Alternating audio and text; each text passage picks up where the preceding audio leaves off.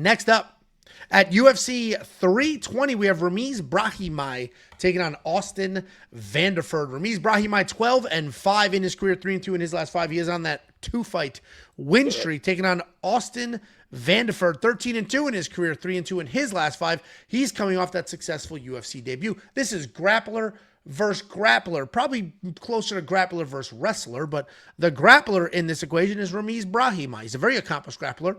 He's won all sorts of titles and tournaments. When he strikes, he actually has some decent power in his hands. I think he's only won. I think he just won it once. I mean, he must have competed in multiple tournaments to get to that one. Maybe he just showed up and won the first one. And just that was it. I'm out. That's like I've been in one fight. I won it and I retired. That was Cale Sanderson with the Olympics. Showed up, ran through it. I'm done. By the way, apparently the Smashing Machine is fucking incredible. Nick Newell's going to the premiere. The producers of the Smashing Machine and the PR company reached out to me and said, hey, does Nick Newell want to go? Whatever. Nick's like, yeah, I'll go. So they have like a premiere before it's... Yeah, sweet name drop, bro. It is. And then, so they have a premiere. So they gave, him and he's either taking his wife or somebody from the gym. They're going. He's like, maybe I'll meet The Rock. People are like, I can't believe, oh, look at The Rock. Look how much...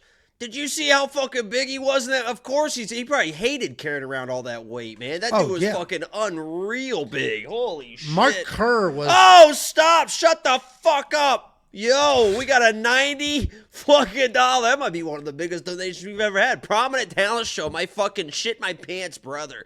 Gotta run, gents. $10 a month is Skittles compared to the money I made last week. I do $300 one-unit bets and trail every premium bet, so thank you. My premium is covered for the next 25 years. Prominent Talent Show with a $90 fucking donation. I appreciate you, brother. Yeah, he's always in my Saturday streams as well. A lot of fun. And he's wildly supportive on Instagram. Likes everything, comments everything. So we appreciate you very, very much. I leaked a little. You cicaded. Ramiz Brahimaj is a grappler. We're debating how many tournaments he did or did not win, but he has won like a world championship at some point in his grappling journey. No gi, too. Which is very important when it comes to MMA, for sure. I said that sarcastically. That's not sarcasm whatsoever. I hate the bathrobe. I think it's stupid. I don't think it has a place in this world. When he strikes, he has some power in his strikes. He'll move forward. He'll get after it. It's not insanely technical, but it is improving, and he can knock you out. He's got 12 wins. 11 of them are by submission. He's definitely a finished or bust kind of guy. In his last 2 outings, happened to be finished. Taking on Austin Vanderford. You may have seen his wee-wee on the internet because he is married to Paige Van Zandt. He's a good old-fashioned American wrestler. He's going to come forward. He'll box for a little bit, but it's not great. He'll shoot his takedowns. On top, he is aggressive, both with the jiu-jitsu and with the striking. He is trying to find finishes, and he found one in his last fight. Does a really good job shooting, reshooting, adjusting, moving the hips, and doing everything again to get it to the ground. Are we still talking about OnlyFans?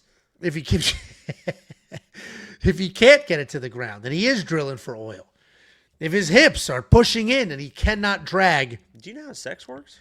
He's stuck. Bags of sand. What would you say your favorite position is? This is actually relevant. I have a wife Austin. who watches this. Is actually relevant because Austin, we're talking about him and Paige, and it's very well known that they get after it. What would you say? Do they get after it in their stuff? Is that what it is? Well, I don't know. I genuinely don't know. I assume that's what it is. I mean, I don't know. We have somebody chat if you just let us know. I'm going to go ahead and pick Austin Vanderford because when you compare two guys with a similar skill set like this, you have to run down the list. Whose grappling is better? I think just raw jiu-jitsu, probably Ramiz. So that's one camp Ramiz. Then whose striking is better? That's dead even. So we can do 2 fingers, 1 on each side. Maybe Ramiz has more power, but technique-wise, they're about the same.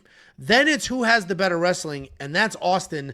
And in this type of fight, I think the wrestling will dictate the entire fight because if Austin's having success on the feet, he can keep it there. If he's not, he can get it to the ground, and I think his jiu-jitsu is good enough to stay safe with Ramiz on his back. So I'm going to pick Austin.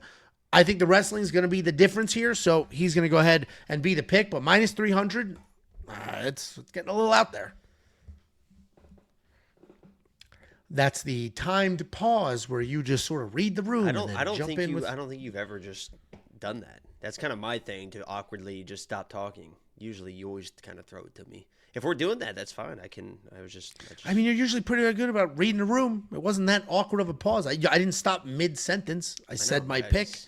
I kind of like the. No, you weren't paying attention and then got caught. I was ready. I was sitting here. What else am I going to do? I'm not fucking. I mean, the fucking Jets are getting blown out. I don't know. I mentioned Paige Van Zandt's spicy content. All of a sudden, you're zoning out, not picking up on social cues. And I see zero. Yeah. Wait. Stand. I want you. You need to stand up with no adjustments whatsoever. Stand straight up. I mean, minus 300 for Austin is like, I mean, the guy gets knocked out twice, takes a couple years off, comes back, beats a 13-7 regional guy, gets signed to the UFC. He's 35 years old. Is he really even a prospect or a fucking guy in this division? I don't really know. He fights a guy that really seems at this point like really kind of lacks the takedown. We saw Francisco Prado and that guy's Nikolai's last fight take him down and stuff like that. So yeah, he got the wrestling going. And honestly, in the moment watching that fight, I had never really watched Austin Vanderford fight. I was like, oh shit, he's actually a pretty good wrestler. It was a good. I don't want to take anything away. You got the takedowns, you got to finish, good performance. But now we're putting him a minus 300 against this guy, Ramiz Brahimaj, who's fought some pretty good people in the UFC. And I know he's kind of had his moments. And it's almost been kind of like like a Claudio Puelles in a way where if things are going his way, he looked great.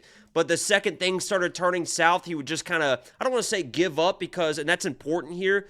Because even when fights were not really going his way and it looked like he was kind of uninterested, he wasn't getting finished, right? Like that Temba fight, he was just kind of getting taken down. But it seems like, and this is just a read that I sometimes make sometimes, it seems like he's kind of turned a point in his career.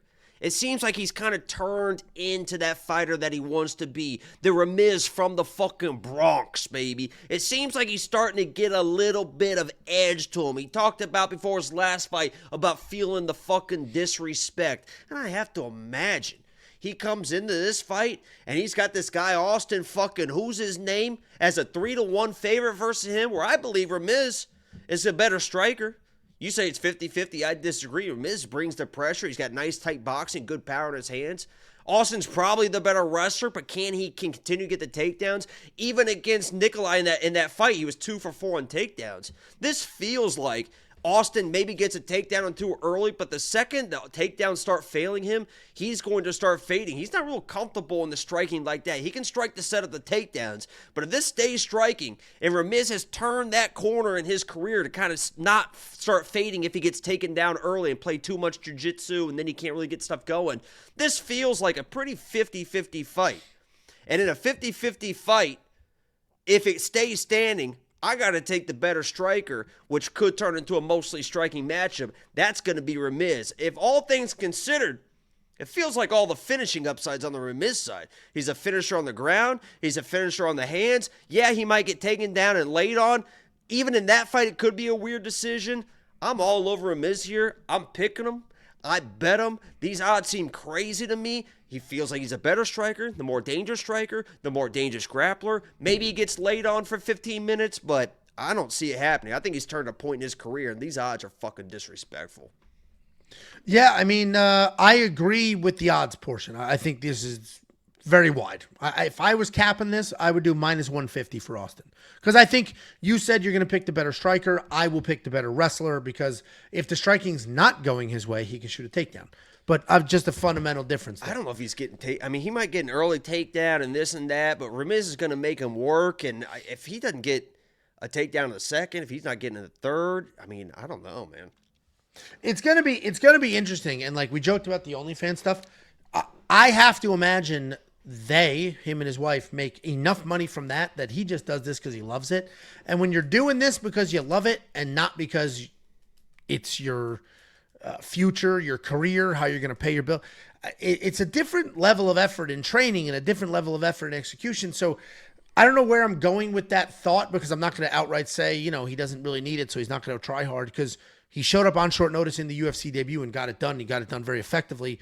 But I do think they're sort of on different paths right now because Ramiz had his highs and lows, and now all of a sudden he's put it together where Austin made it to the big show, got that big win, checked that box, So this is going to be a big fight for Austin to find out how committed is he to this career path when he has a very viable if he runs through Ramiz, it's And I don't want to take it, like I said, I don't want to take anything away. That was an impressive performance. I'm just looking at the odds and stuff and being like, this is... The odds are wide. Yeah. Because he had that performance against Nikolai Verotenikov, who we're going to break down here in a few minutes. But Nikolai is useless off of his back. Useless.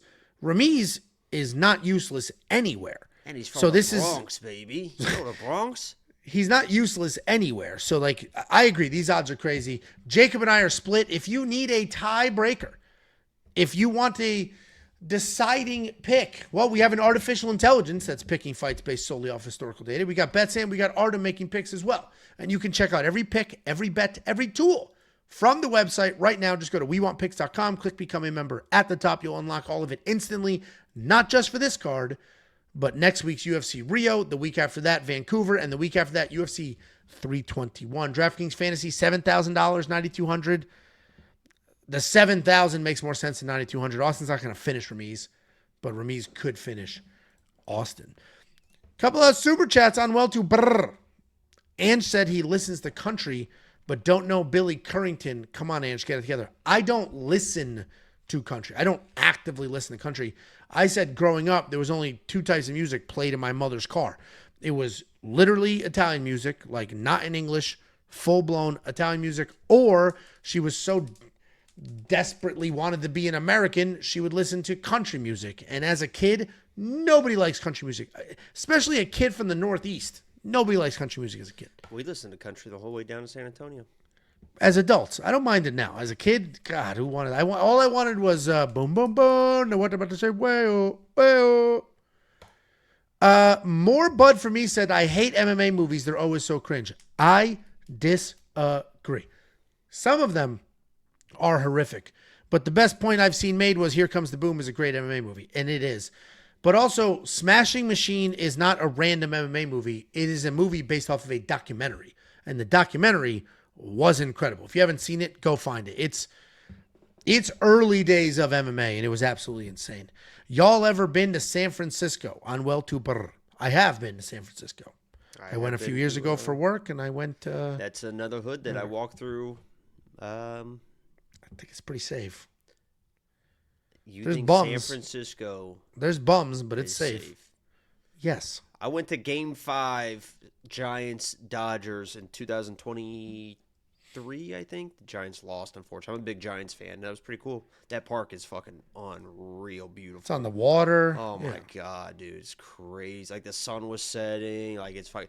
Like, baseball is like that feels different. Like, the first time I ever walked into a ballpark, like, it just feels like it's different than fucking football and basketball. It just feels like a movie, man. Like... Just the noise, the crack of like batting practice, and you hear the fucking balls hitting the mitt, and people are walking in, and it's different, man. It's America. I love a good old fashioned baseball game. Oh, shut up! Stadium, oh, shut the fuck up! Yankee Stadium was funny because Yankee Stadium cost an absolute fortune to make, and it's full of like 25 or 27 championships and all these other things. But it wasn't fun. It was too classy. Then you go to Citi Field, or formerly Shea Stadium. That place is fun. They've got like picnic areas, and it's just a very different vibe. So it's just funny to see. Again. I'm an American citizen. I just also am an Italian citizen. You can have you're not dedicated. Both. You're scared. If you travel abroad, which passport do you use? Coming home, American. Leaving, the red one. Simple. Yeah, you're scared. I waved on. I'm proud. I wave my thing around. I'm American. Sure. Yeah. No. How could people not? Yeah. We're not scared of people. We're not scared of foreigners. We're not scared. We're Americans. You can't fuck with us.